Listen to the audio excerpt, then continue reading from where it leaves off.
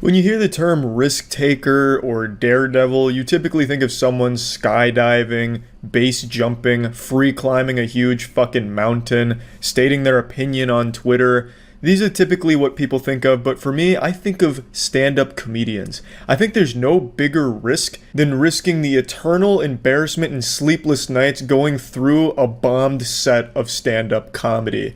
I feel like when you go up on stage as a stand-up comedian and your shit is not landing, you go up there, hey, what's the deal with penis, huh?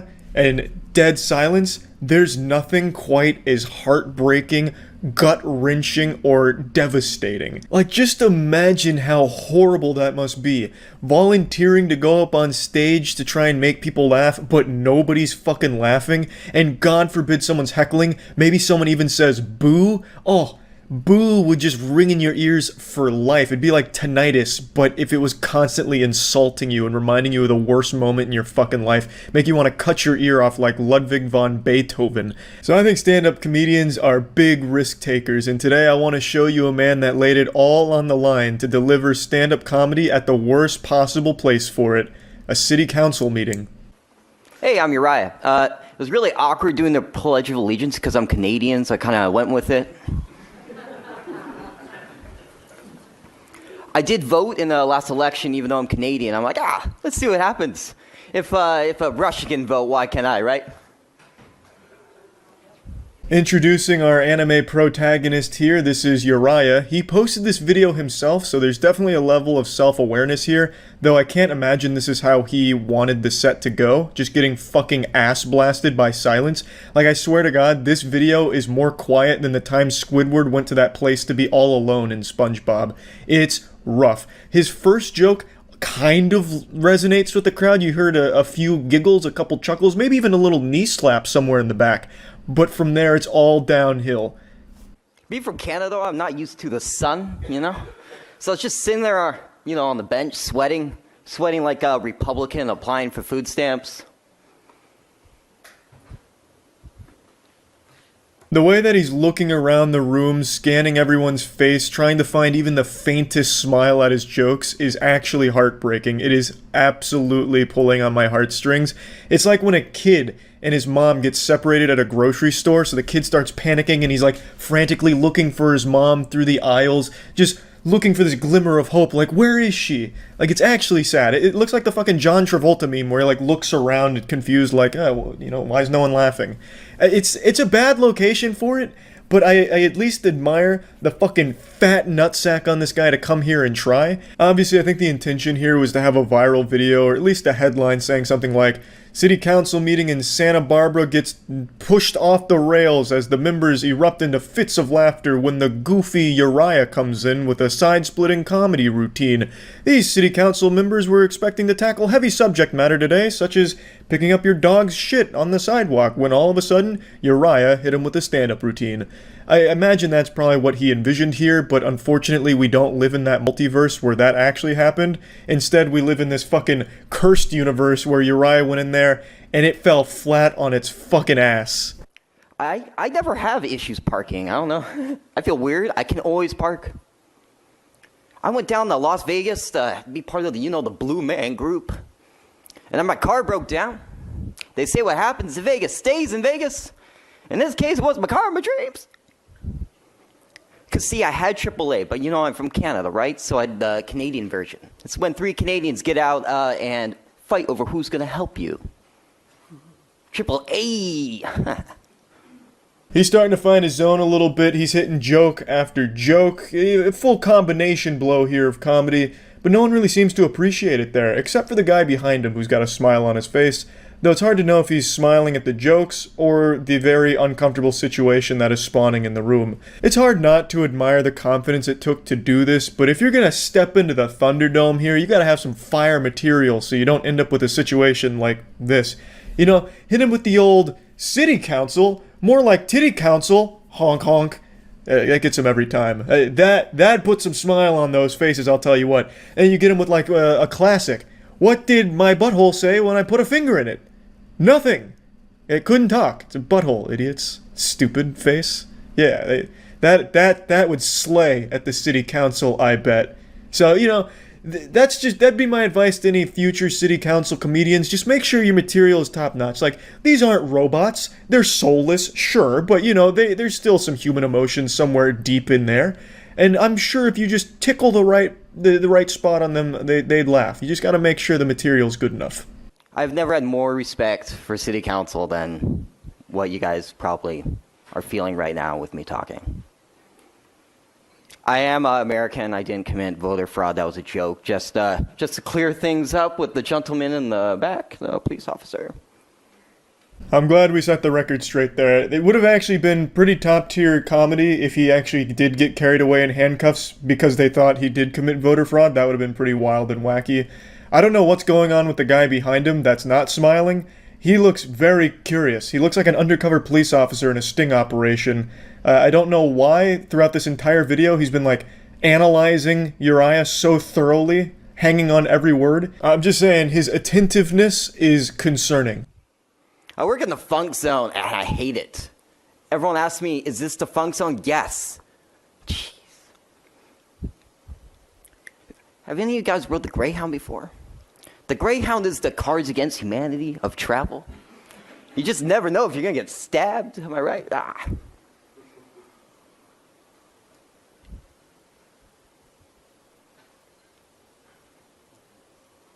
I've never rode the Greyhound, so I don't know. I'm wasting my time thinking. People don't think anymore. I'm like a live Twitter feed at this point. You know what I mean? I was watching. No, I wasn't. Mr. Westman, thank you That's so my much. time. Hey. Yeah, that's it. Thank you. All in all, it definitely could have been worse. He could have been arrested. Meteor could have hit the city council. I mean, there's definitely worse things that I could imagine happening there. But this was pretty bad. That's definitely in like the top 5 of the all-time worst things that could happen, shy of like an apocalyptic event localized entirely to that city council headquarters. It was rough. It definitely was rough, but I will say he at least ended on a banger with the I was watching, no I wasn't. For a moment there, he was going to go for something else and said, it's just not fucking worth it. You know, let's just pump the brakes right now. I'm not even going to bother. So I don't know what the fuck he was watching or wasn't watching, but he left it on a cliffhanger. And that's how you do it right there. Pretty good, all things considered, I'd say. That's about it. See ya. Oh, you just fucking reminded me of something. Have any of you guys seen this? What was his name? I saw it on Reddit like a week ago, and it happened last year. A guy got fired from, I think it was like the Washington Post because he was jerking off on a Zoom call with all of his colleagues. And then they brought him on to CNN and had him explain why he was masturbating on Zoom. So it was such an uncomfortable segment. The lady's like, you may see we're joined by fucking Dick McButtman, whatever his name is, and you may remember he was recently fired for masturbating on camera. So what's up with that? And then just like interview him right to his face about why he was jerking off. Jeff Toobin, was that his name? Oh god, yeah, they had him come on CNN to address it. Oh, it was painful. Hi, Jeffrey. Hello, Allison. Hey, Jeff. It's been a while. It has been a while. Hey, how's that dick hanging? Just kidding, I already know. I saw it. What's happened in the months since we've seen you, since some of our viewers may not know what has happened. So I guess I'll... Yeah, so I just don't understand why they'd do this. I mean, it's fucking CNN viewers. They could have just brought him back. No one would have said shit. They probably didn't even know that this man's meat came out at some point in front of his colleagues and fucking full-blown Louis C.K'd them or whatever. I don't know what they were thinking, but I'm so glad it happened. Because she has to sit here and he has to sit here and explain the masturbation for 10 fucking minutes. Like I said, I only watched like the first minute or so. It is goofy. I'll recap. I'll do the honors. Take it away. Help yourself. Okay. Yes, please. I'm excited. Everyone took a break for several minutes, during which time you were caught masturbating on camera. Yes. And I'll do it again, too. Fired from that job after 27 years of working there. Threw it away. And you, since then, have been on leave from CNN. Do I have all that right? That's a pretty good lore Sad update. to say. What the hell were you thinking? Well, obviously, I wasn't thinking very well or very much, and it was something that was inexplicable to me. It was probably exhilarating, though. I didn't think other people could see me. You So, thought that you had turned off your camera? correct. Yeah. I thought that I had turned Naturally. off the Zoom call. Now, that's not a Even this guy in the back's like, are you fucking serious? You're telling me this guy masturbated on a Zoom call? What? Like, he's just now getting this information like I did. And he's shocked. Just as shocked as I was. But I do have to appreciate Toobin's work ethic. They took just a couple minute break, apparently. Like, they were on a Zoom call going over business, doing business shit. And apparently, like, all right, we're going to take a brief recess. Everyone go get yourself a coffee or something. And in the brief 30 seconds that the people weren't there, the man just whips his cock out and goes to town. Like, damn. He's about efficiency. You could say a lot of things about Jeffrey Toobin. I've never heard that name in my life. But I'm assuming you can say a bunch of bad shit about him. One thing you can't say, though, is he doesn't know how to jerk it. And he doesn't, live for the thrill, to say. Like, I have to at least appreciate that. I have to give kudos where they're due. subsequent months, miserable months in my life, I can certainly confess. Trying to be a better person. I mean, in therapy, trying to do some public service. What a weird... Why are you in therapy? You were the one that fucking brought out the one-eyed snake on a Zoom call with your colleagues. And I would wager... I don't know this guy. I'm not going to sit here and Reddit armchair psychologist this man. But I would wager he had to know that there was some level of danger to it. Something... Like, the thrill is what got him horned up. There had to be something to it. But why the fuck are you in therapy? Like... Jerking off doesn't make you a bad person, but what you did does. Like, what puts you in therapy? Your fucking colleagues, based on the size of your meat, probably needed therapy. Like, he's not the victim here. I see this all the time. And I also didn't get the conclusion on whether or not he finished.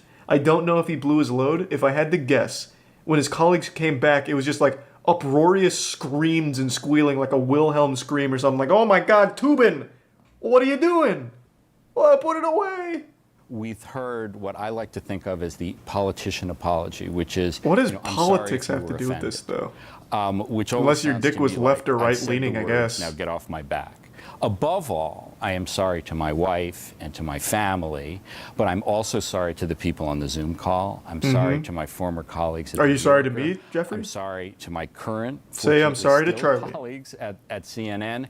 And I'm sorry to the people who read my work and who watched me on CNN and who thought I was a better person than this. And so, I got a lot to rebuild, but I feel I would love very to know privileged and very why lucky, he and I started would be able to jerking try off to during do the meeting. I mean, one of just the during a ironies recess. of this whole incident is that for decades you have covered the bad judgment and sexual proclivities of public figures and politicians like Bill Clinton and Anthony Weiner and Elliot Spitzer and Still a stupid Donald name. Trump, and I could go on. Fucking Weiner. And so, I am not going to come up here and split Yeah. hairs and try to come up with justifications or explanations. Zoom calls are going to be a lot As more long fun as with it's Jeffrey stupid, Toobin I'm around. trying You to never be know a what better you're going to get I now. do want to get to a nice wild what the card. New Yorker decision was and the Right. consequences. Next time he might finger his own butthole. After you had worked there.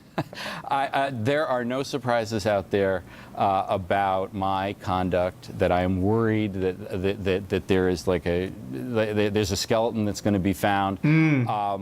That's spoken like a man who still has a couple good jerks left in him on Zoom calls. Let me see. It's been a while. Has he done it again? Is he a repeat offender? What's his name? Jeffrey Toobin? Yeah, it doesn't look like he's done anything since.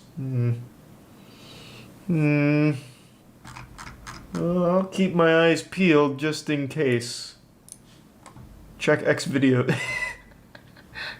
Yes, perhaps he's performing under another alias. Let's see.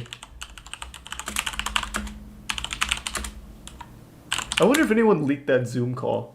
This is dangerous. I'm going to click on it, and I already know I'm going to regret it. It says, leaked video, Jeffrey Toobin's Zoom call. I found a screenshot from the actual Zoom call. He was ass naked. Really? So they actually... Oh, okay. Hold on a minute. It's a tier 1 slushie. All right. Hold on a second. Let me see. Don't act like you've never forgotten to turn off your stream and yanked it on cam. Happens to the best of us. Bro, I think about that shit all the time. Not necessarily jerking off, but I always think like, what if I forgot to put my cock back in my pants after peeing? And that's the worst, because then it'd be flaccid and everyone would make fun of me. But I always have that thought in the back of my mind. I've never once made that mistake in my life, but I just keep thinking, what if today's the day? So the man really got butt-ass naked? I figured it was just like through the pants fly or something. Tubin meat. Tubin caught, Zoom call, Tubin hot, triple X. Doesn't exist, I assure you. Damn. Oh well. Maybe one day. He'll slip up again. That's the face of a man who's considering doing it right now on the CNN apology, like weighing the pros and cons. I could just jerk off again right now.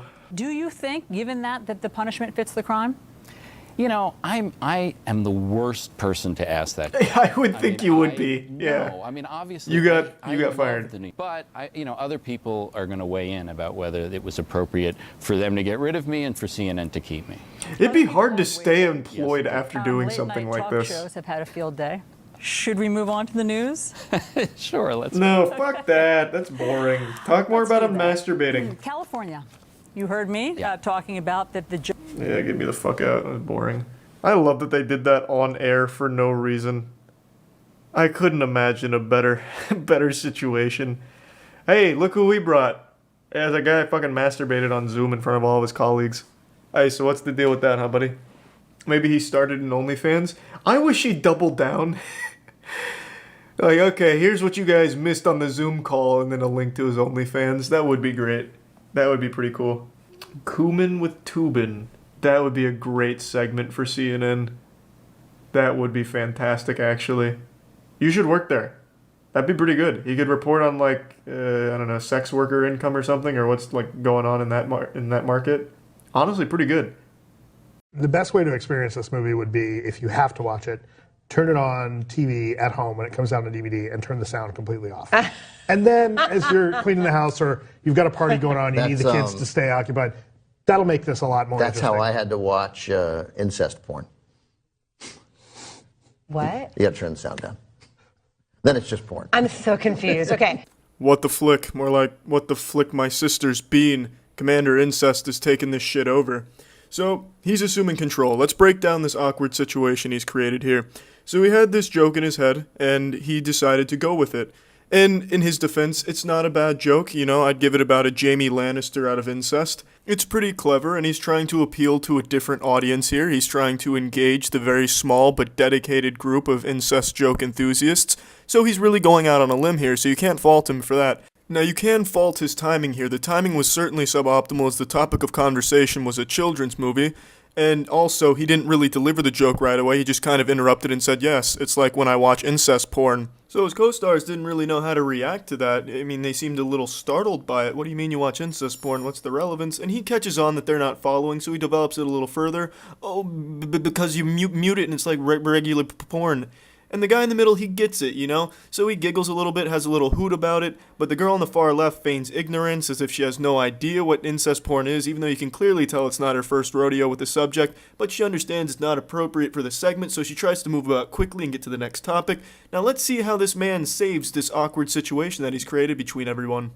Or if you're on an airplane and you need to occupy your kid, let them watch it on an iPad or whatever, or on the little screen in front of you, and then they can watch it. You don't have to listen to it at all. I love that we're talking about the kids' movie, and you bring up Right. incest porn. I'm so I'm just saying confused. every guy gets that moment when a friend hands them the box of old porn, right? And one of the tapes was incest porn. Now he's gone and completely changed the dynamic of what's unfolding here. He is fucked up. This is absolutely a mistake. Instead of just letting it be known that it was a joke and just rolling with it as a joke, he's trying to twist it, contort it a bit, into making it seem like a personal experience or some type of shared rite of passage that every man goes through. Oh yeah, we've all been there, you know. Rutherford Greenwood comes over with that big old box of porn and there's just that damn incest VCR there. You just gotta pop in the motherfucking TV and play it. You just can't even jerk off, though, because you just feel uncomfortable because it's a father and his daughter and their sister fisting, you know? Just can't even choke the chicken to it, but you turn that volume off and then you're in business and everything's okay. And he's just made it weird now. Instead of it being a joke, now they're actually questioning, does my coworker just get boxes of incest porn delivered to him that he watches on mute while he jerks off? And I have no fucking idea what the JJ, the jet plane advocate over there, that lady was thinking with her airplane comment. That wasn't helping the situation at all. So really, it's just a lot of missteps going on here, but what? Let's see where he takes it from here, because now he's really fucked his whole system up. It's like Did that ever happen to you? Oh, great. Ben has Just different to be friends clear, than you do. just to be clear, these were all grown-ups. It was like the Ben has 22-year-old different daughter, right? It was a. Now he's backpedaling a bit and addressing the very first issue, which was his timing. Why is he interjecting this incest joke when we're talking about a kid's movie? So he's making sure it's very clear and understood that the dump trucks full of incest porn he was delivered was perfectly normal and legal. They were of age. They were 22 years old. They consented to it. The angry lobsters that were pinching their nipples weren't harmed in any way after the shoot or during the filming. And he is an okay, stable man, and he is totally normal for muting it and not having to worry about the exposition or the relationship between the mother and daughter or the father, brother, and sister, etc. The lady on the far left takes a gulp of water, once again refusing to address the elephant in the incest room. She just doesn't want to talk about what this man has started here, which is a mistake, really. It's best if you just talk about it and bring it down instead of just ignoring it, because then it progresses and makes it even more uncomfortable.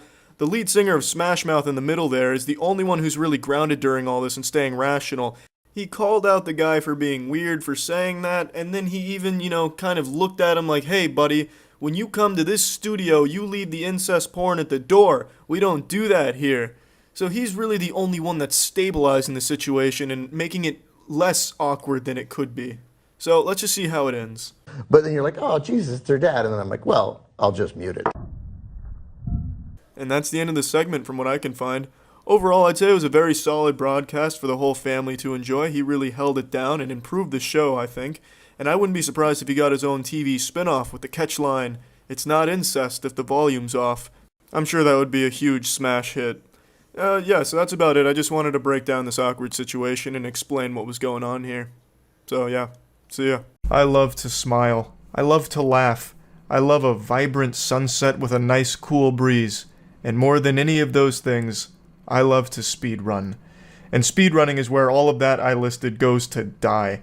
Even though I have a fiery passion for speedrunning, there is nothing on the planet that can make me angrier. Getting deep into a run that I've practiced for weeks only to have it all go tits up at the very end through some random RNG nonsense and it just everything gets cattywampus and I lose the run, that puts more stress on my body than smoking 20 packs of cigarettes at once, I imagine. But point is, I am a speedrun enthusiast. I have speedran various games over the course of like 10 years, maybe a little bit longer. I currently hold 0 world records, but I have had a couple world records to my name throughout this decade. Not to toot my own horn and not to reminisce too hard on the glory days, but point is, I just love speedrunning.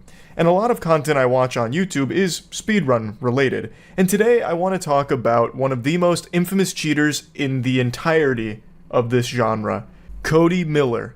No, not the Olympic athlete, the Olympic asshole. That was a Halo speedrunner that topped the charts for many years through spliced runs.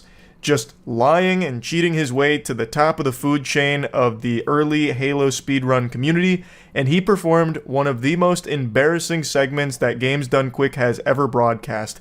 And I want to go over that today.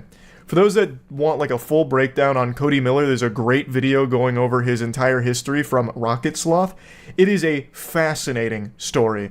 The lore is riveting and deeper than House of the Dragon, but what I want to focus on today is the moment where he put on the clown makeup for the whole world to see, and the effects of this moment are still felt to this day, and it's been many years since this happened.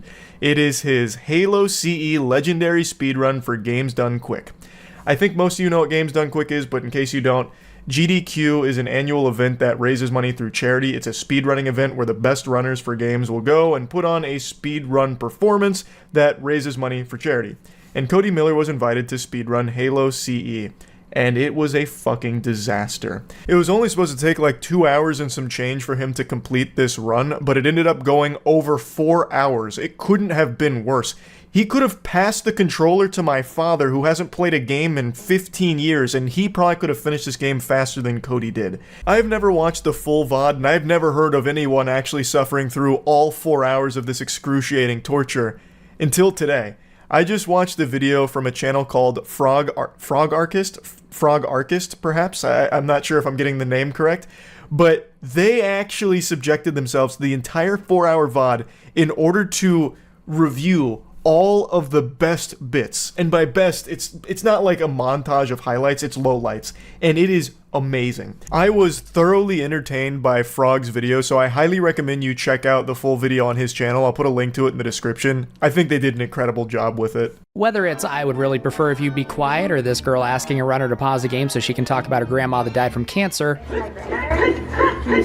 over the years there's been a fair number of cringe moments in the speedrun community. I'm a Frog, and today we're going to look at Halo speedrunning signature cringe moment, Cody Miller's 2011 Halo CE GDQ run. Even if you haven't heard of GDQ, I'm very confident you've seen some of the viral clips, because for a long time this was like the cringe factory. This was like the cringe utopia. Every year there'd be 1 or 2 massive moments of uncomfortable awkwardness that would pop off across the entire internet landscape. The cyberspace would collectively come together to watch some of these GDQ clips, like a couple of the ones that he mentioned there. And during the heyday of these cringe classics, Cody Miller's run sits firmly towards the top. It wasn't just one moment during his run that was awful. It wasn't just like 30 seconds or a minute of silliness that people, giggle at and shoot spitballs at. It was 4 hours of just this prolonged dogshit sensation of cringe. And its effects are still felt to this day. Like I mentioned, there is the Cody Miller rule that is now implemented as a result of this, because it was so bad and went so long, so far over time, that now GDQ has said that they can end a run for any reason at any time due to scheduling. So because his went so long and they didn't end it, they regret it, and now they have a rule that they can basically end it if need be. He was even mentioned in the Guinness Book of World Records for beating Halo 2 on Legendary in 3 hours deathless, which later turned out to be faked along with some, if not all, of his other records. I know Guinness Book of World Records has lost most of its prestige because people are aware that you can kind of just buy them now and then choose the most niche shit ever that no one is ever going to compete with you on. Like right now, I could probably get the world record for longest time spent sitting in a chair while doing the Gojo domain expansion and also holding my nuts. And all I have to do is call them, phone them up, pay them, have someone come out and watch me do this for like 15 minutes, and I guarantee no one else has done that before.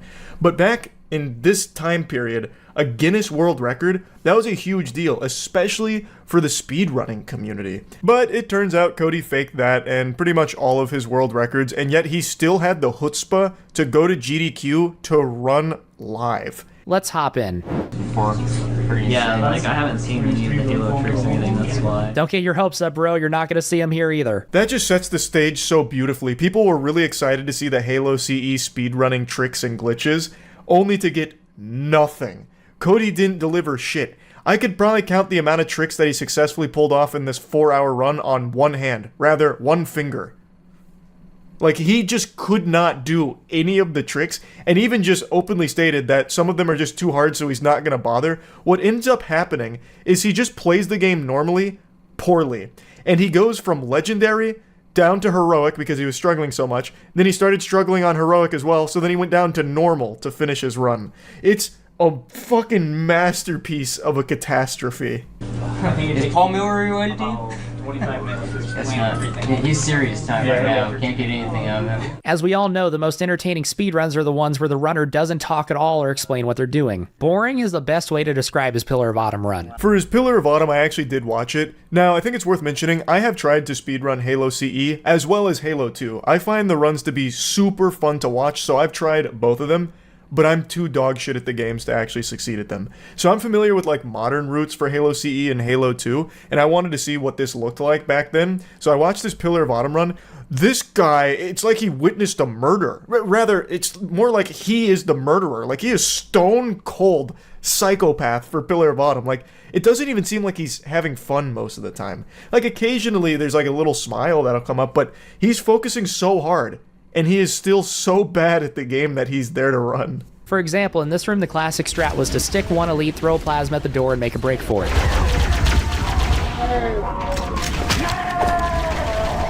Instead, Cody sits here for 2 minutes struggling to kill everybody. Even if you are going to try to clear the room, it should not take him this long. Also, why did bro not grab the Magnum? Have you never played CE before? I managed to get a hold of the high-speed Halo world records at the time of Cody's run, and the world record for Pillar of Autumn was 5:19. I timed Cody's here as 8:29. Not very good. That was the thing that stood out the most to me as well. Cody hates the pistol more than Garfield hates Mondays. This dude just refused to pick up the pistol, which is by far the best option for this game. It really does seem like he never even played it. Now, Frog is a Halo CE runner, so he offers insight on how a lot of these things were supposed to look and how Cody did them, or rather, didn't do them most of the time, which I find to just be so entertaining. I really appreciate that. The first real trick of the game at the time was where you walk over here, do a grenade jump, and skip the bridge. This saves a couple seconds versus walking, but we mainly do it to skip a trigger. There'd normally be 2 Banshees and a Covenant squad up ahead that we now don't have to deal with. It's one of the easiest tricks in the game, and there's zero reason for a CE speedrunner not to do it. Unless they don't know how to do it. Let's see how he does. Oh, I'm the best. Oh no. Well, maybe now he'll do the grenade jump. Nope, he's just walking back across the bridge. Alright, he got him. Now he can advance to the next area. Why are you dropping the Magnum? Hide and shoot. Man, bro, maybe you wouldn't have died there if you could just headshot the elite when his shields are down. Oh no. Grenade jumps in Halo are second nature to anyone that has ever played a Halo game before. Even if you're not a speedrunner, you know about grenade jumps. Even if you just play the multiplayer, grenade jumps are like an integral part of Halo's identity for like the longest time. So it's so weird how bad Cody is at them when he tries them in this run, or how he just decides not to do them for most of the run. They're not hard to do. Some of them require a bit more of a setup, like some of the later grenade jumps, but for this, you just need one grenade, you jump, let the explosion blast you up so you skip that trigger. I even know that trick. I can pull that one off. That one's not hard for me. And I'm not a Guinness Book World Record holder. I think the most embarrassing thing isn't him not doing tricks or failing all the tricks that he tries, it's how frequently he dies during this run. He has more deaths in this speedrun in 4 hours than most kids probably had in their entire time playing Halo CE. It is shocking how often he is eating dirt here. And that is very obvious to people that don't even play the game. So, if you don't know Halo speedruns, you don't know if he's missing a trick or not doing a trick. But you know when he dies, because that resets his progress and you see him collapse. And you just have to sit there and watch it. And he has to sit there and stew in the shame. But even without modern grenade lineups, they're all fairly easy if you know what you're doing. You mainly just grenade the elites as they come out and clean up everyone else. On the first ship, Cody inexplicably runs to the left to take out Jackals. It grunts first, retreats, and then dies. Then dies again and says something you probably never want to hear in a live speedrun. I forgot how to do this part. He then adopts the strategy I used as a 5-year-old when the Covenant scared me, which is to be safe and stay on top of the structure. He proceeds to die anyway. That section had me laughing so hard. I actually remember when I was super young on that part in particular, that was a big struggle for me, even on normal difficulty. That was before my gamer gene had fully awakened. And watching Cody do this section reminded me so much of me when I was a child. Like Frog mentions, he adopts a strategy most kids did back in the day. And this is supposed to be the best Halo speedrunner in the world, with tons of world records to his name, embarrassing himself like this. It's very clear that he doesn't actually run these games. He just cheats his way to the top. And the community started to pick up on that when they were watching this train wreck live.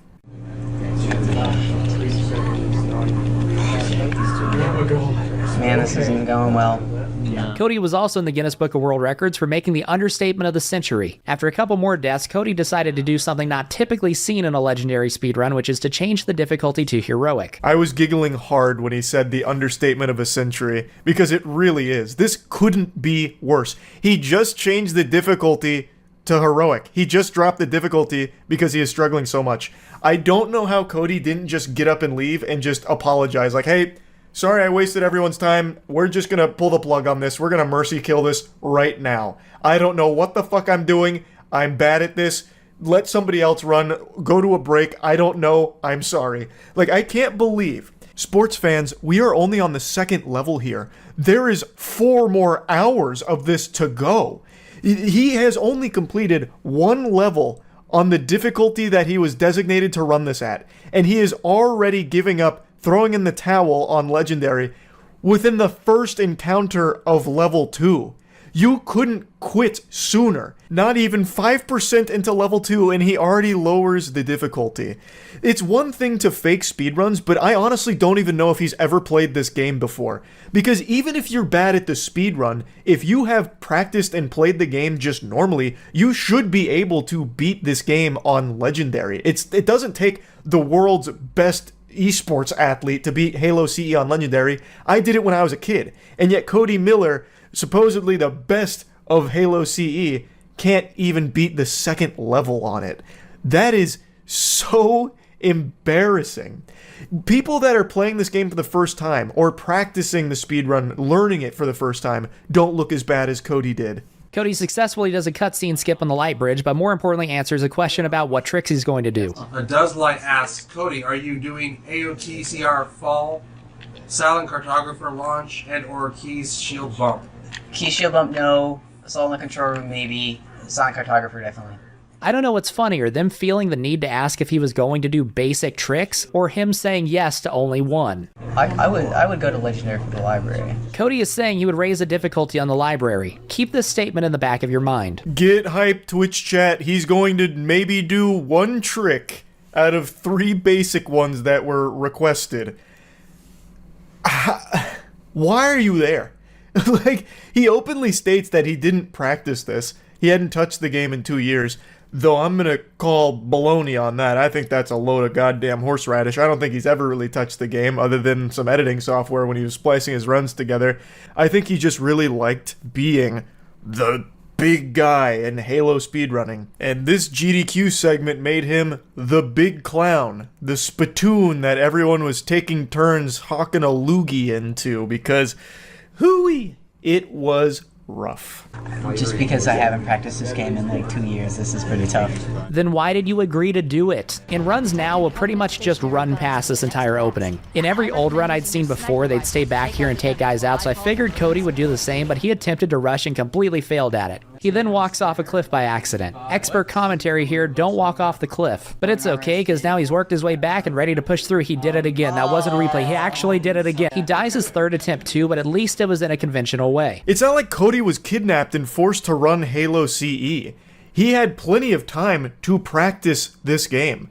I don't know why he's like almost proud of saying like, oh yes, well, I haven't actually played Halo CE in the last 2 years, so it's a bit of a struggle at the moment. It's a little more difficult than I would have expected, but it's nothing for an elite gamer such as myself. I just had to drop the difficulty once, and now I'm doing totally fine, and then immediately proceeds to die 3 times in the opening segment of the next level. 2 of them to just running off of a cliff. Like, he's not even familiar with the fucking levels. Like, I really don't think he had ever played much Halo CE before this event. There is 10 levels in Halo CE. We are 40 minutes in, and we are only on the 3rd. You can see how miserable this was for viewers, for the, God bless their soul, the spectators subjected to the in-person disaster here, watching Cody run this, and just for anyone with eyes that happened to be, glancing at the screen when this was on someone's monitor. This is so embarrassing to even just look at. And it just goes on for so long. Progress. Around the 50-minute mark, the chat starts asking if someone other than Cody can try to play. Bob the Champ, only Cody Miller will be playing Halo. No one else is taking the controller. I bet they regret that decision now. Someone should have just walked up and slapped the controller out of his hands and turned off the TV and just went to the next game. Like, chat, I think, was totally right to ask for anybody else to play this.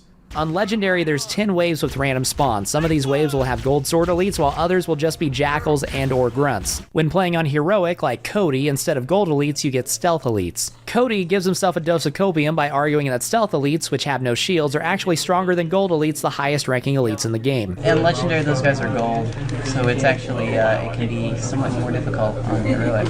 I do love that. I think that's great.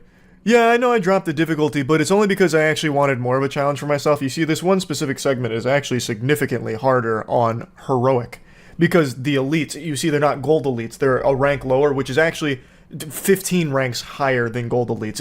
You guys wouldn't understand, you're not in the Halo speedrunning community. Eventually he makes it through though, and now it's time for the first major embarrassing trick screw up of the run. However, I also found old runs that did this. This is from famous Halo runner Subwhistle. This is 3 plasmas and 1 frag to get you all the way onto the dropship. Cody does a weird amalgamation of this where he throws 3 plasmas like he's gonna do the dropship jump, but then he doesn't throw the last frag. The results are less than desired. Oh, not quite. Oh, damn it, I have to jump.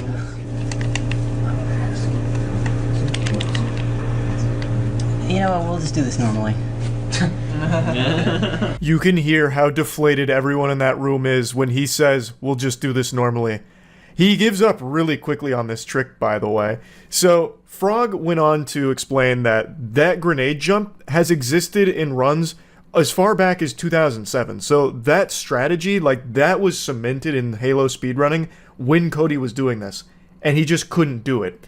So then he gives up on that, does it normally, which adds an unbelievable amount of time to this run. By the time Cody finishes this run, we'll have probably already experienced a new Pangea on the globe. It is crazy how slow he is going. And he is this miasma of misery that is sucking all of the fun out of that room like a Dementor.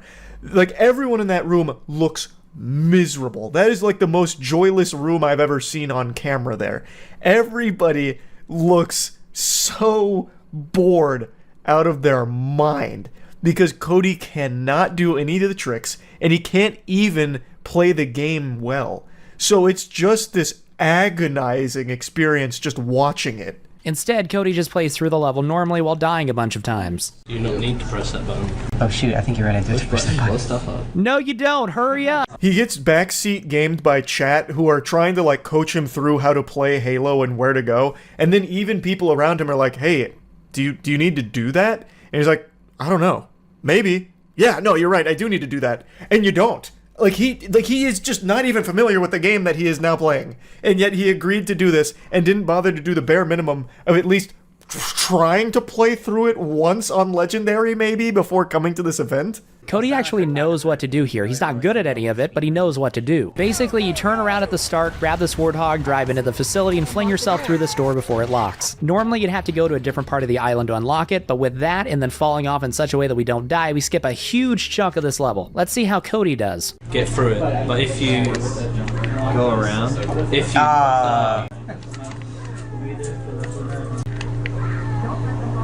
It's pretty slick if you see the high-speed Halo, it's super cool. Yeah. Oh, nice, he actually got it. Let's see the fall off. Oh, wow. Yeah, that skips a lot of levels. So now, another skip. Here comes the hard part. Eventually he gets it, then after messing up the simplest grenade jump imaginable a couple times, he gets an active camo and is able to run back to the top. Failing the grenade jumps in the previous level added an extra 37-ish minutes to this total runtime here, and in the following level, he actually does finally pull off a trick. And it's a trick I love. Silent Cartographer is a great level, as Frog also mentions, and I really think that that trick is just so silly and fun. I am able to do that pretty consistently, or at least I was when I was actively trying to learn this route. And Cody does get it within, the first 10 attempts, which, all things considered with this is not terrible. It's maybe an attempt to trick. What? Are you kidding?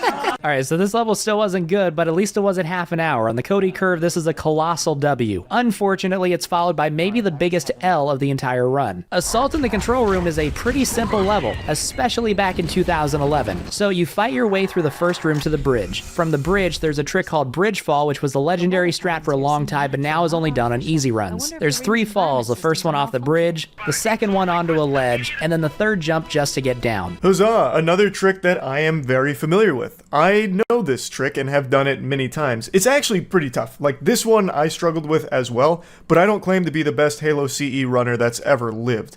I wasn't born to speedrun Halo CE, I merely tried to learn it. It wasn't embedded deep within my DNA or anything, and I can get the trick most times, and let's see how Cody does with it.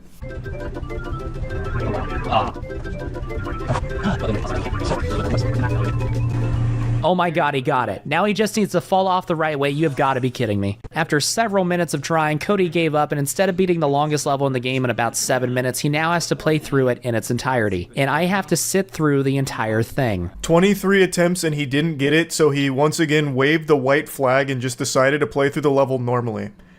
He should have just kept doing it until he finally hit it. He would eventually get lucky if he just kept banging his head against the wall. It is not a trick that is RNG dependent. It is a skill issue. You can hit that trick every time once you figure out how to do it properly. And yet, Cody he has no idea. Like, he understands the concept, but he's probably never actually done it before. So in the run, he didn't have any confidence in it. After 23 attempts, he just said, alright, fuck it. We'll do it live, plays the level normally, but he's bad at the game, so playing the level normally takes fucking 5 times as long. This is the longest level in the game, made even longer by someone as bad as Cody playing it. That is the worst combination for a Games Done Quick speedrun event. Truly, hats off to Frog for sitting through all of this. It is excruciating, even just watching like the condensed version of it. Pro gamer stuff right here, folks. Why are you waiting for a Marine to get in? You're literally getting out right up here. There's a skip here I was hoping he'd know about. He didn't, of course, but you can actually hop on this glass and get to the other side early. This skip's like another 5 minutes at least. For Cody, it would have saved 17 minutes. Worth noting, Cody's time estimate for this run, the time that the event was planning around, was 2 hours. Now well past the 2 hour mark, Cody is still on level 5 of 10. Oh, music to my ears. He's halfway through the game and already 12 minutes over the estimated time. Usually the time estimation is higher than you need it to be just in case to give you a little buffer when it comes to these things, and yet Cody is already well over that. That's amazing. Chef's kiss. And it just keeps getting worse. Going, what is this? What is that? Cortana, what is this? And that's the story. You have got to be kidding me. He actually did it. It took him 43 minutes longer than it should have, but still, he actually did it. Like, you don't have a chance. Stop dropping the Magnum. This level isn't very hard, and Cody, despite a couple stupid deaths, is getting through it. Really, the only difficulty in this one is navigating your way through the facility, which is meant to be confusing. But for an experienced runner, that shouldn't be a problem. Wait, where is he going? This is back the way you came. What are you doing? 43 extra minutes of playtime, baby. I view that as a positive thing. That's 43 extra minutes of fun. We're going overtime on fun, baby. That's great.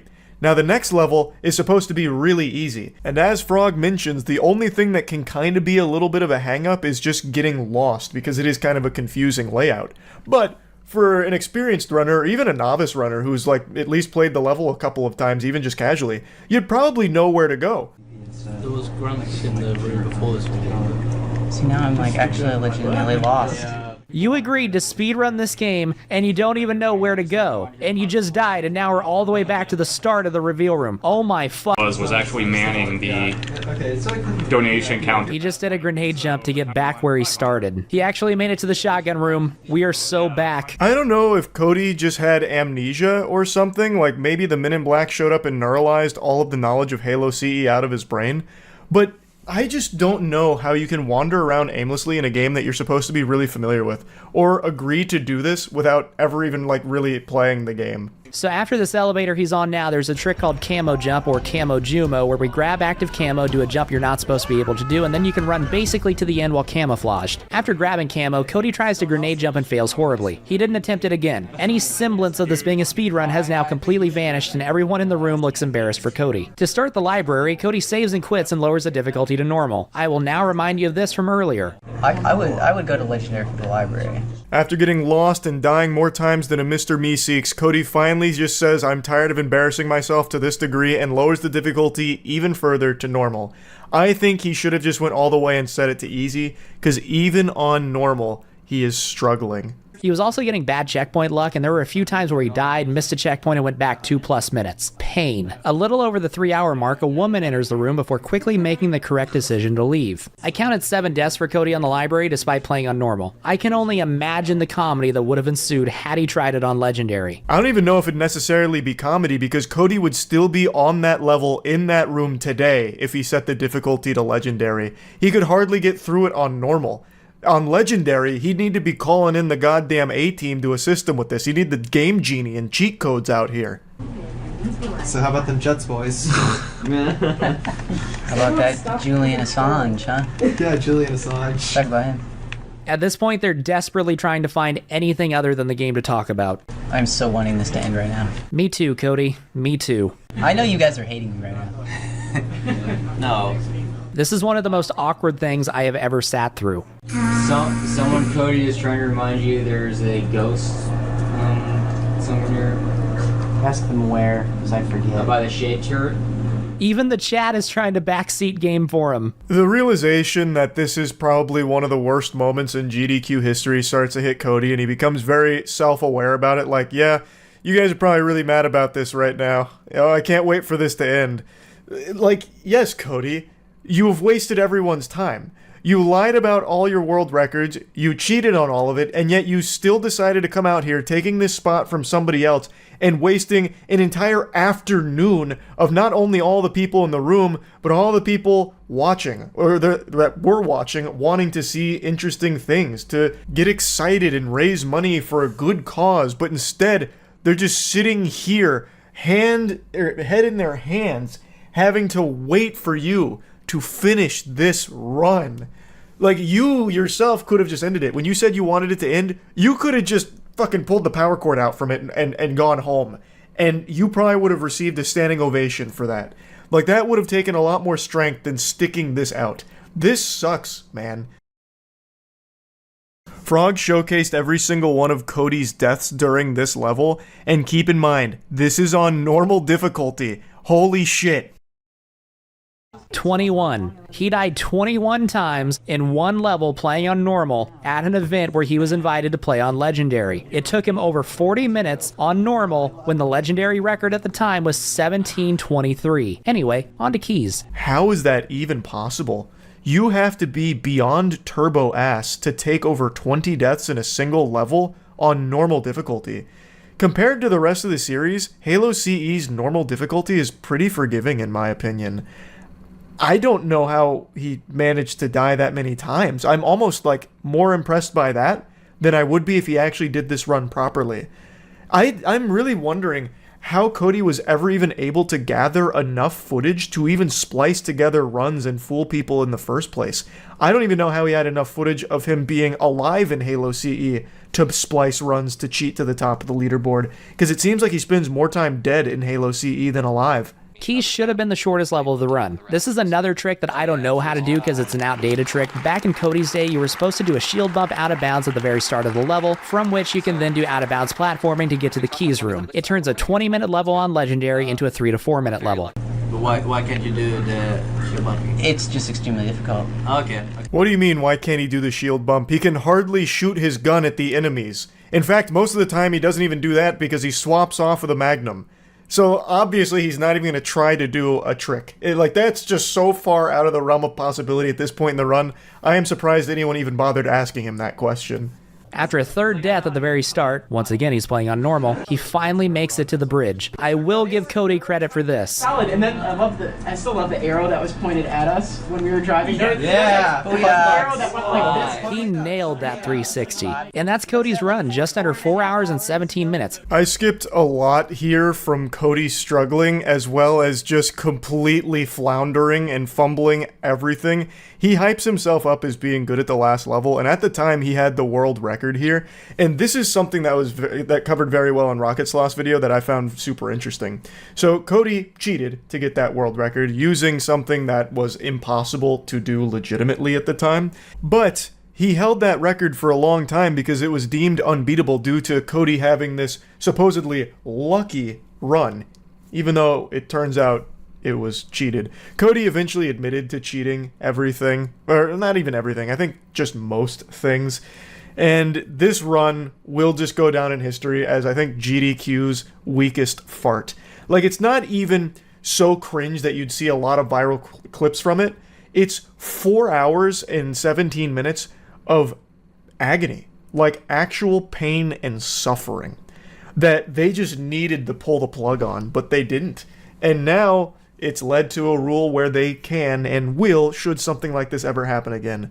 Cody Miller's legacy is one of shame, I would say, where not only was he a prolific cheater in the Halo speedrunning community, but he put on, I think, undoubtedly, the worst GDQ run to ever be broadcast. So, yeah, I wanted to talk about this a little bit, and I think Frog did an amazing job covering this. I hadn't seen pretty much anything that Frog showcased here. I had only watched bits and pieces of the run throughout the years because I wasn't going to watch all 4 hours of this shit. Like, it's crazy to do that. But luckily, Frog did. And that is so commendable. I really appreciate Frog for making that video. I highly recommend you check out the channel. So yeah, absolute pleasure to finally see just how bad Cody Miller's infamous Halo CE speedrun was. That's about it. See ya. When you look at me, the first thing you probably think to yourself is, man, this guy likes to party. This looks like a guy who's not only super tall, but also breathes life into any hootenanny that he attends. And you'd be right to a certain extent.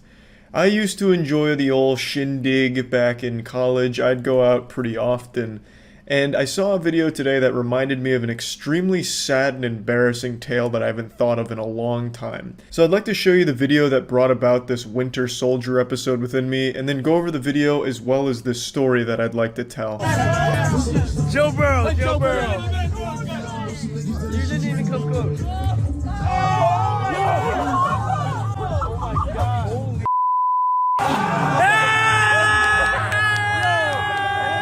That's where the video ends, but I imagine he ran down the stairs, ran behind the house, started crying, and then just buried himself. Just fucking died there.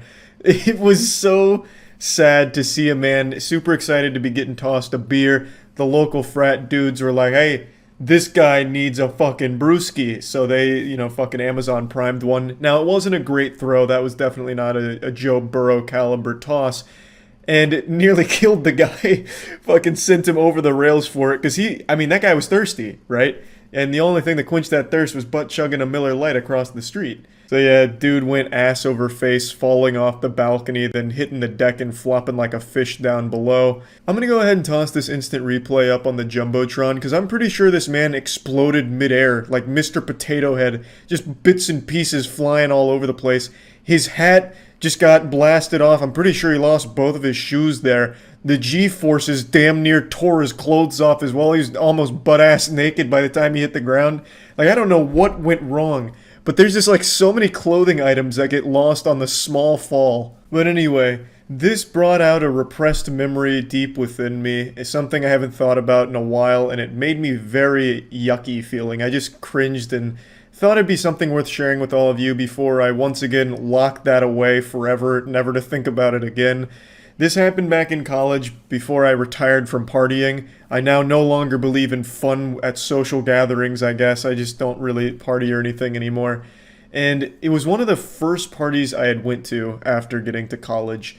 And I didn't really know anyone, of course, and I had already established myself as the weird, mysterious anime character, so I'm sure people had recognized me as a fucking psychopath before going to this party. So the fact that I showed up there probably already made people uncomfortable. I would have been in my sophomore year here, I imagine. I can't quite remember, but it was one of the first parties I went to, and that was like the only time I started going out. So I'm at this party, it's a house party, and there's a pool. They have a keg, they even have like a live band performing inside. It was just some like butt rock band that I'm assuming the members were students at the school. It was going all out, and as the night continued, I didn't really interact with many people, pretty much anyone aside from Andrew, who I went with. And, it wasn't getting a whole lot done, it wasn't drinking that much or anything, but towards the end of the night, as people started getting a bit sloppy, they started doing beer-catching trick shots. And it was cool. And I, at this point, thought, this is my chance. This is my time to shine. I can stand out and make friends by being the guy that makes a cool beer catch. Even though I'd never, caught a fucking Mach 5 thrown beer, because they were going hard. They're doing behind the back tosses, behind the back catches, and just fucking throwing that shit as hard as they possibly can and seeing if someone can catch it. And I was like, this is it. This is how I finally make a name for myself here. And one of the tricks that they did that I thought would be, my time to hop in is they were doing it over the pool. So they were doing like cool between the leg tosses over the pool, and someone would go in, do like a 360 and catch it before hitting the water. Then they'd come out, pop it open, and chug it like stone cold. They didn't shotgun it, so kind of pussy shit, if I do say so myself now. You know, hindsight's 2020. But anyway, I thought, this is it. I know I can front flip into this pool. I knew I could do it, and I thought it'd be the coolest thing those eyes had ever seen. I thought everyone would be like uproariously cheering me, going wild, like, holy fuck, this dude just front flipped into the pool and caught a beer. I was running through this fantasy in my head. I was like, yep, this is how I do it. I'm gonna be the coolest fucking dude on campus. So I teed up at the end of the pool, you know, I'm queuing up, I'm ready. Everyone's still around the pool, cheering on cool catches, booing misses, and I knew that this was my time to shine. No one's paid any attention to me up until this point. No one is looking at me on the end of the pool there. So in order to get their attention, I start like clapping, you know, like, hey, I'm ready. Toss me the pigskin. Give me the rock. I'm ready. Feed me. So I'm clapping, trying to get like their attention. The dudes that are tossing the beers, like setting up the trick shots. And then eventually one of them does look at me. And without a second thought, the second we lock eyes, I just do a front flip into the pool. Barely, mind you. And I have my arms straight up, and I don't finish the whole rotation, so I end up on my ass with my hands up in the air, and no one throws a beer. So I just fucking shittily front flip into the pool. It looks like I'm probably drowning, like a ship going down as the sail slowly keeps sinking because my arms are above the water. I've already failed my front flip, so now I'm just sinking in shame. I pop up, there's no beer, and no one's even looking at me. I don't even get a boo. Nobody cared at all. It was the saddest fucking moment of my life. Like, if someone had just given me like a pity, woohoo, or like, aw, something, I would have been like, okay, not all is lost. But I got literally nothing. Straight up crickets. And then some other dude did a trick shot into the pool, and they loved that. Meanwhile, the fucking socially inept turbo virgin on the other side gets fucking nothing. And I don't remember exactly what happened next, but I can't imagine we stayed much longer, because I do remember getting into the taxi soaking wet. So I didn't have a whole lot of time to air dry. I imagine what happened is Andrew felt my pain and was like, Charlie, let's get the fuck out. But I guess I just blacked out from Cringe at that point because I can't complete the story. I just remember that, and man, it was sad. So yeah, this video really brought that demon back, brought that evil out of me, and I just wanted to share it with all of you because, you know, I don't want to think about it again past this point. So yeah, that's really about it. So yeah, I'm deep in the rabbit hole of unsuccessful and embarrassing flirting, and it's made me really appreciate that I grew up in a time where cell phone video was a fucking sci-fi concept. If you ever tried to take a video with your Motorola Razr back in the day, it came out looking like a picture of Sasquatch. So I got lucky that cell phone video wasn't really common back then, because if it was, I would have been in every Cringe compilation for the next 15 fucking years. But I am super happy that now everyone records everything, because it's really pushed us into the golden age of Cringe. Today I'd like to share with you a video that also reminds me a lot of me when I was younger, where I believed that I needed a shtick, you know, something that makes me unique from other people to stand out in front of women. I chose the mysterious anime character, and the guy in the video you're about to watch chose the Joker. I've already told this story before, but I'll give you a brief lore recap. In my freshman year of college, I completely reinvented myself to emulate the mysterious anime characters from shows I used to watch, because they always got the big-tittied 2D waifus, so I thought if it worked for them, it'll work for me. Women must love it.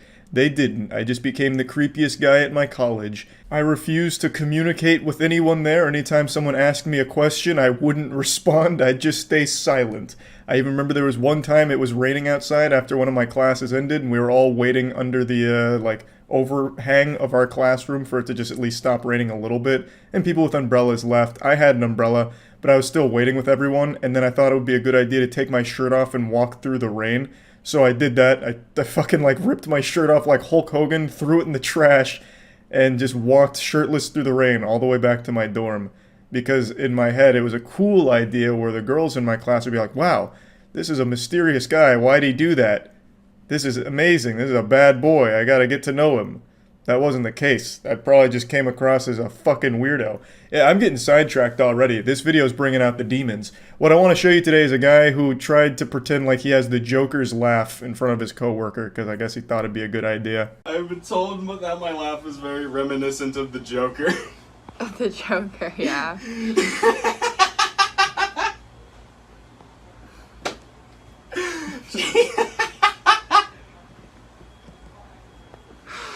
I hear it, I think, yeah.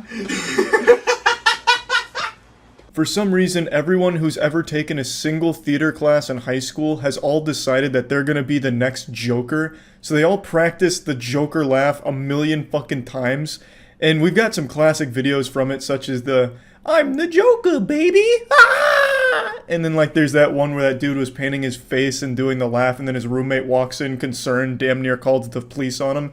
We've got some amazing videos from it, but I don't really understand why so many dudes think it's a good idea to pretend to be the Joker to get laid. Like, it's not really effective for flirting. You just come across like a psychopath. It's not like the Joker was slaying pussy. Are you laughing because I am? Yeah.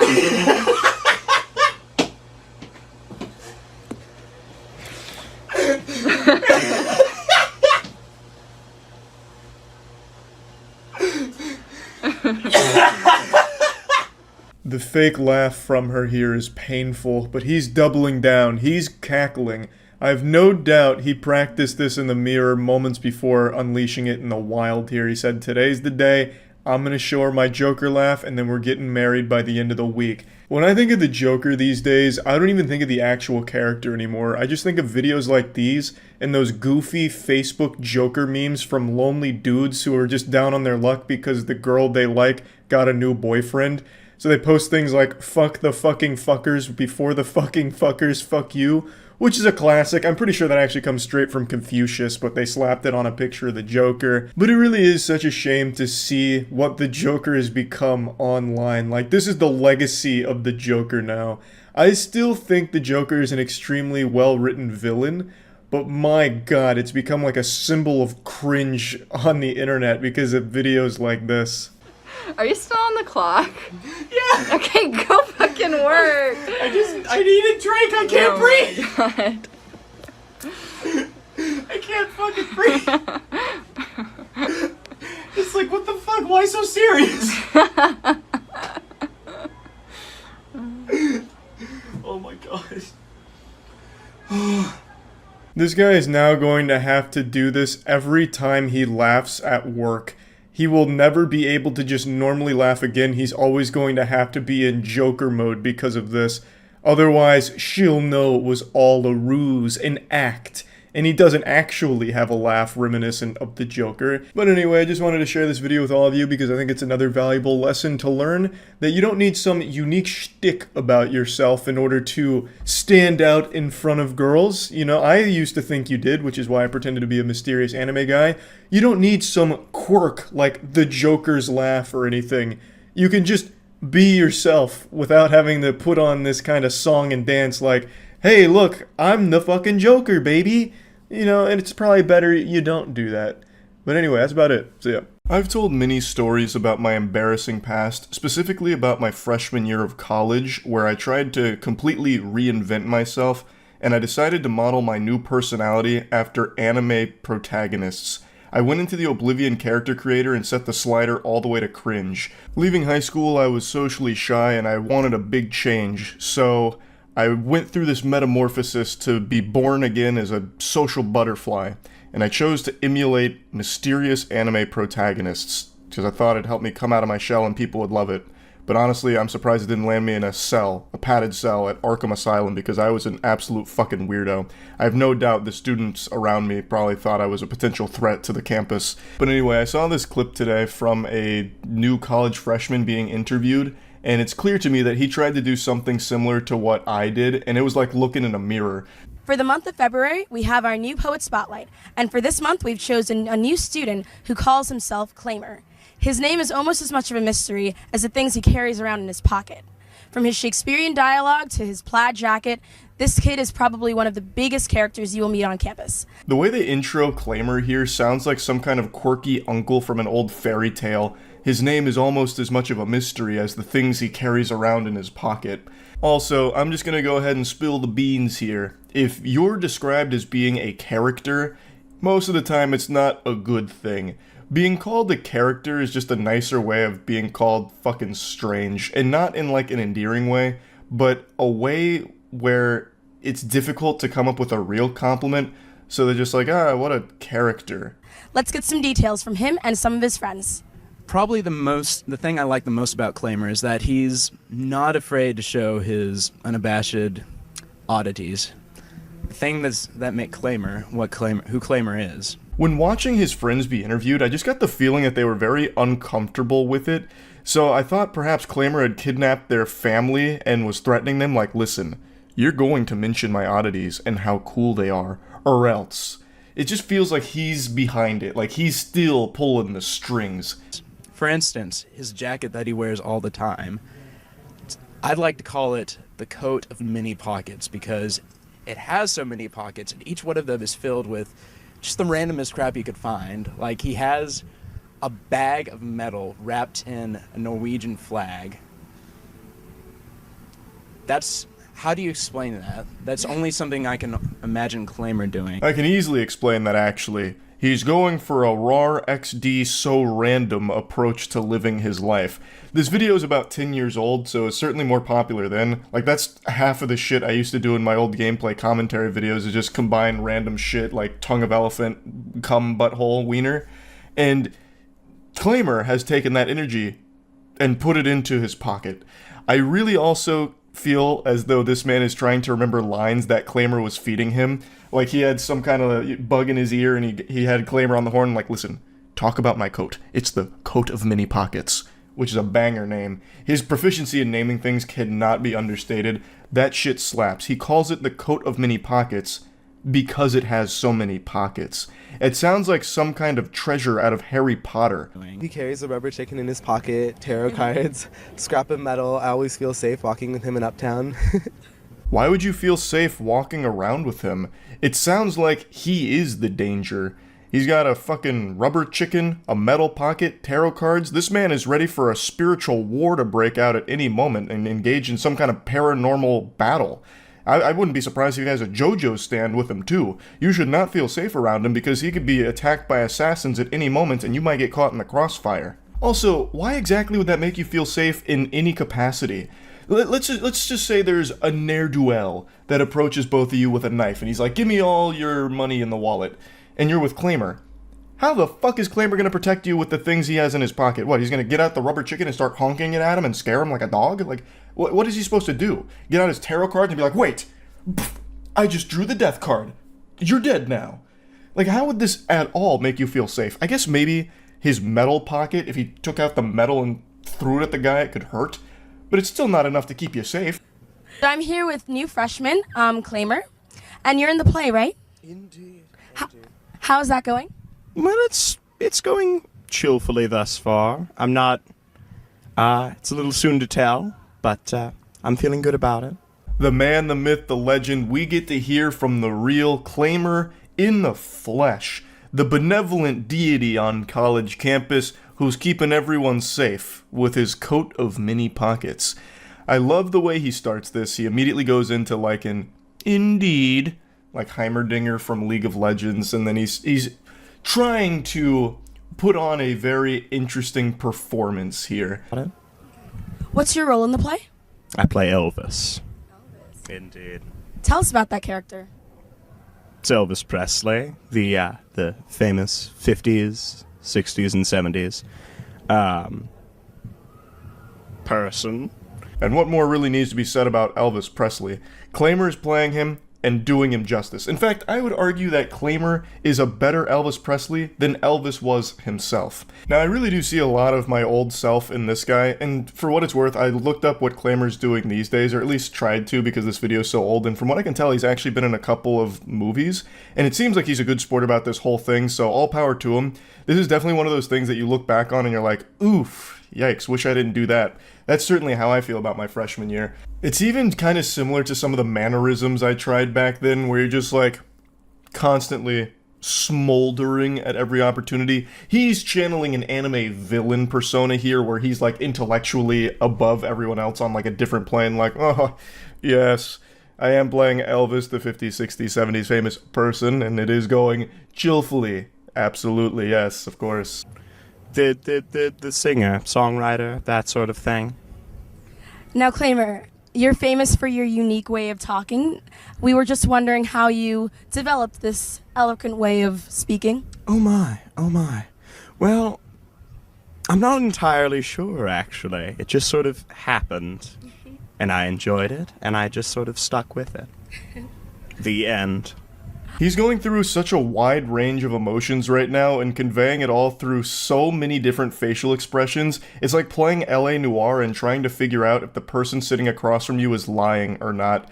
Like, he's striking so many poses. He's basically spamming Fortnite emotes, but with his face. I also get the impression that he's a bit nervous here for this interview.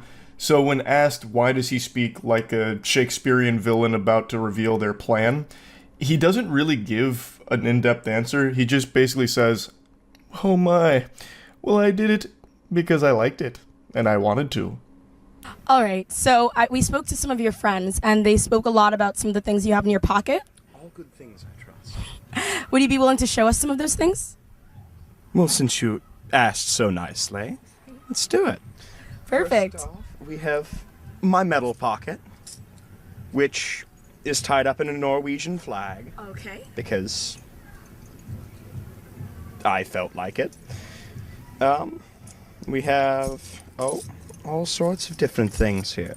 First off, we have the thing that breaks the rule, a rock. His pockets have their own rules. Man's got a perpetual domain expansion inside of himself, and he's able to bend the rules at his will. So in his metal pocket, he immediately pulls out a fucking rock. That's power. If any of you have been around the channel for a while, you'll remember a story I told about how I wanted to wear a Psychonauts disc, like the Xbox disc, around a chain and wear it around my neck, and that I also wanted to be carrying around decks of playing cards in my pockets so I could do magic tricks for women to try and impress them. That's the same energy I get from this guy's metal pocket. Like, he's just having that shit clank around going throughout the day, and maybe it piques someone's interest, like, brother, what do you got in your pocket there? You carrying around a little transformer and Autobot? What's all that metal banging going on? He's like, well, I'm cheerfully glad you asked, good sir. Let's take a peek at what's in this mysterious pocket. You know, one of those things. He sounds like the potion seller guy from that viral meme. It's very, like, it makes me feel like I'm back in my freshman year of college, because I was one step away from doing this same kind of shit. The only reason I never wore that Psychonauts disc or had my playing cards in my pockets is because Kaya told me it'd be a fucking terrible idea. So he saved me from being interviewed in a similar way and having that exist online forever. This is a piece of an airplane. Oh, that would be just fine. This is a piece of a pocket watch. Pocket watch? Indeed. This is a piece of a gate. A gate. This is a car door. Okay. Peace sign. Peace sign. Indeed. Round thing. So you carry all these things around in your pocket? Yeah. Other round thing. Unfortunately, he doesn't reveal the lore behind each piece of metal in that pocket. I bet each piece tells its own unique story, and he just didn't have time for it in the interview. I also wonder what the process is like for adding metal to that collection, because you can probably find metal all over the place. I wonder how picky he is. There's got to be some kind of intense process, but he doesn't really describe it very well either. Like, he just pulls out two things and calls it round thing. Imagine it did get really interesting though, like, this piece of metal comes from the Apollo spacecraft, this piece of metal's actually got a little bit of bone fragment on it because this was the bullet that pierced John F. Kennedy. Like, that'd be kind of cool. Then that metal pocket would have a lot of great value. Do they ever come in handy? Usually not. If it comes in handy, it goes in my other pockets. Okay. My regular pockets. These are just I enjoy them. For the novelty of it, don't you know? Nothing puts me into a state of bliss, euphoria even, than hearing someone drop a "don't you know." That is fire. But it's a good explanation. You know, I like to carry these things in my pockets because I enjoy them. Fair enough. You'll get no argument from me, don't you know? Now, you had a situation where you actually got stopped by the police and they saw some of the things in your pocket. What did they say? Well, first off, they weren't going to search me, but my metal pocket clanked against the car door, so they asked me to empty out all of my pockets. And one thing I carry around is a deck of tarot cards and some other things, I guess, that are strange. So while they were making the report, this was a verbatim quote. "We've got an 18-year-old Caucasian male, driver's license number, my driver's license number. He's some sort of witch doctor." Those disrespectful fools didn't even realize who they were dealing with. This is no witch doctor. This is clamor. And I'm sure they weren't prepared for the 30-minute process that ensued when they asked him to empty his pockets. I bet that shit just kept coming out like a clown that was pulling the rope from his mouth or whatever. Like, that shit probably dragged on for so long, the cops probably just got bored and left. They're like, "Listen, buddy, it's not that big of a deal. Just go about your day, pick up your shit, put it back in your pockets." Oh my god. But that's where the interview ends, but I've still got many questions for Claimer that may never be answered.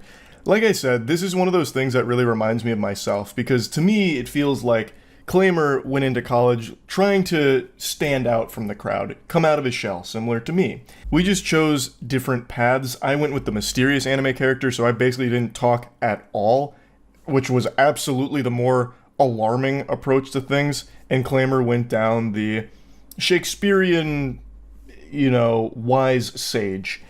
And I just wanted to show this a little bit because it really did put me back in my freshman year of college when I first saw this. Like, damn, this was me, like 100%. We cut from the same cloth.